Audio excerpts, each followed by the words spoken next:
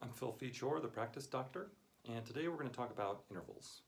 So you have whole steps and half steps. Half step is 1, 2, right? No daylight between the fingers. Whole step is daylight between the fingers, right? You got that? Just like that. That's whole step. Okay.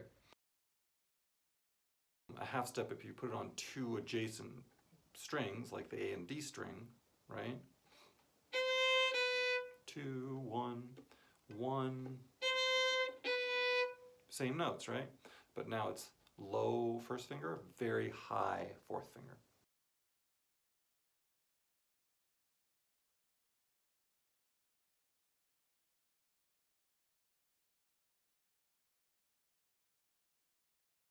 Okay, so the same is true for major seconds.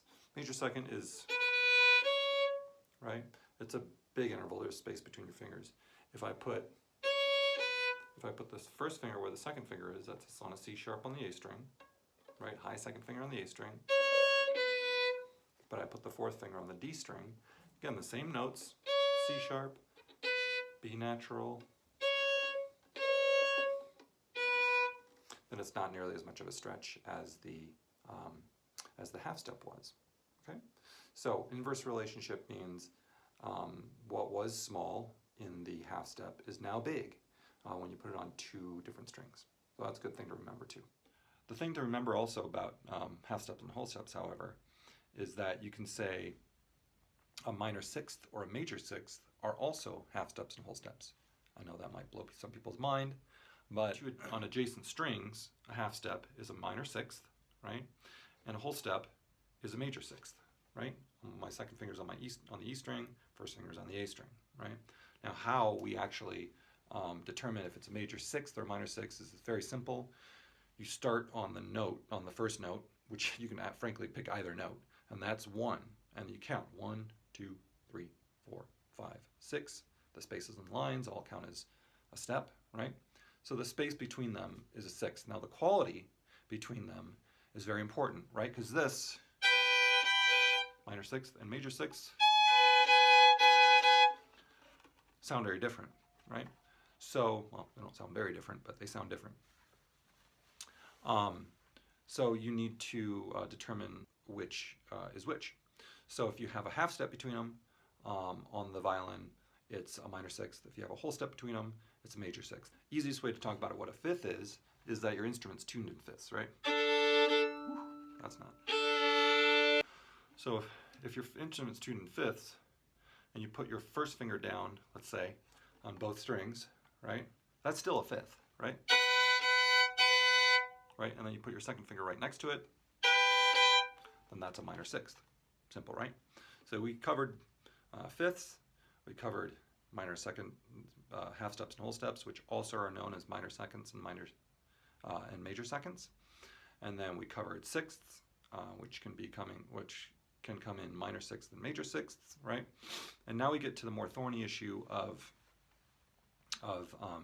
thirds. Okay, again, a way to determine the size of a third. The first note is 1, 2, 3. It's a third, right? The quality of the third is what's important here. Sorry. So if you have a whole step plus a half step, whole step plus a half step, that's minor third. Of course, you can go, if you have a half step and a whole step, it's the same thing. Right? It's just easier to do a whole step between the first and second fingers. That's a minor third. If you have two whole steps or two major seconds, right? That is a major third. It's as simple as that. However, if I were to put my first finger on the E string and keep my third finger, let's say on a minor third, you go, right? If I was to put my first finger over on the E string, that still feels like a minor third, right? However, it's a major third now.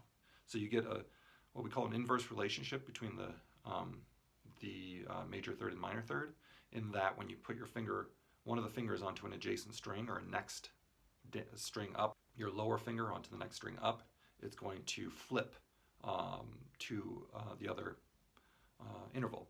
So this is now a major third, even though it feels like a minor third. Technically, yes, it's a major third. If you go D to E is a whole step, E to F sharp is a whole step, that's a major third. But it feels like a minor third when your third finger is on the A string and your first finger is on the E string. Okay, now let's try the same thing. So let's go, right?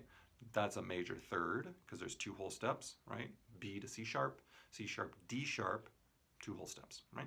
But you put your first finger over on the E string, D sharp to E is a half step, E to F sharp is a whole step, but it feels big, right? Feels big, okay? So that's a minor third technically, but it feels big. So big, if it's on one string, is a major third if you're skipping a finger, so 1 to 3. That's a third. If it feels big, that's a major third. If it feels small, that's a minor third, okay? Okay, one little side note. You have to remember that the half steps, when there are no accidentals, when there are no sharps or flats in a scale, the half steps are always between B and C and E and F. You can go to a piano keyboard and see that the white keys that are next to each other, without a black key in between them, those are always B and C and E and F.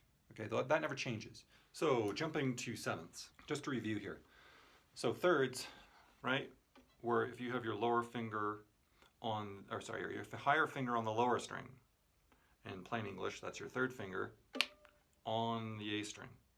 And you have your lower finger, that's this guy, the first finger, on the higher string, that's the E string, you got a third.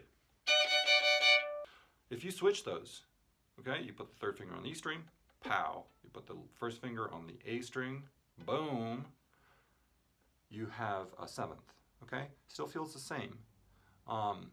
It still feels small, right? We call it a minor seventh, okay?